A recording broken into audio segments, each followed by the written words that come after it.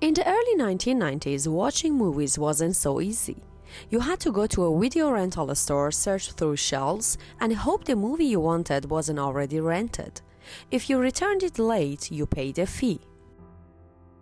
In 1997, Reed Hastings and Mark Randolph were living in California. They decided to start a movie rental service that worked without physical stores, so people wouldn't have to go out just to get a movie. They then looked for a name for their service. They tested many options and finally chose a simple one: Netflix. Net came from the internet and Flix came from the informal word for movies. In 1998, Netflix launched its first website. The site was simple. You choose a movie, place an order, and waited for the DVD to arrive by mail. There was no streaming and no app, just a new way to rent movies.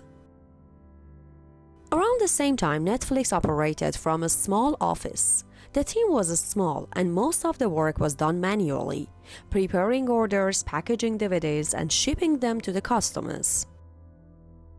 While Netflix was still a young company, a giant already dominated the industry: Blockbuster. Blockbuster had thousands of stores and was extremely popular. Netflix even offered to sell itself in 2000, but Blockbuster refused. Around that same period, something important happened. Online orders became more frequent and consistent, not from friends or early testers, but from regular customers. That's when it became clear that this model had a real future. By 2002, Netflix was growing quickly. More DVDs, more shipments, and more home receiving movies by mail.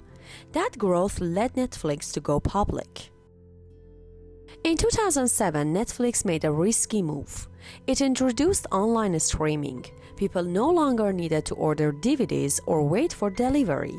Watching a movie now only required an internet connection and a play button.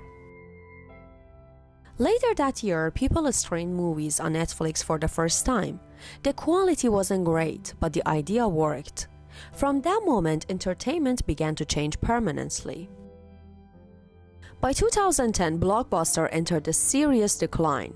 Stores started closing one by one. The company that once let movie rentals failed to adapt, and the old rental model slowly disappeared.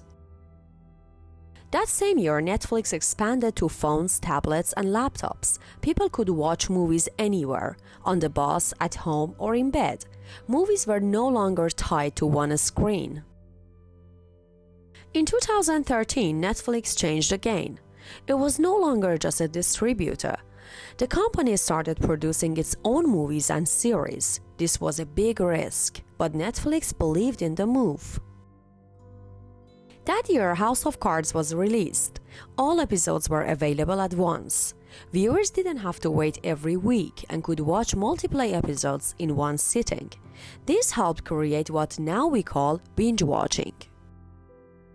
In 2016, Stranger Things was released. Its story, characters, and atmosphere quickly connected with audiences. It became one of Netflix's most recognizable shows.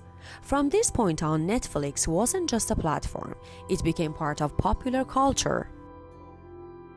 Till 2018, Netflix expanded globally. Content was produced in more languages, and stories came from different parts of the world. Netflix was no longer just American, it became a global service. By 2020, Netflix reached a major milestone. Its films and series were nominated for and won major awards.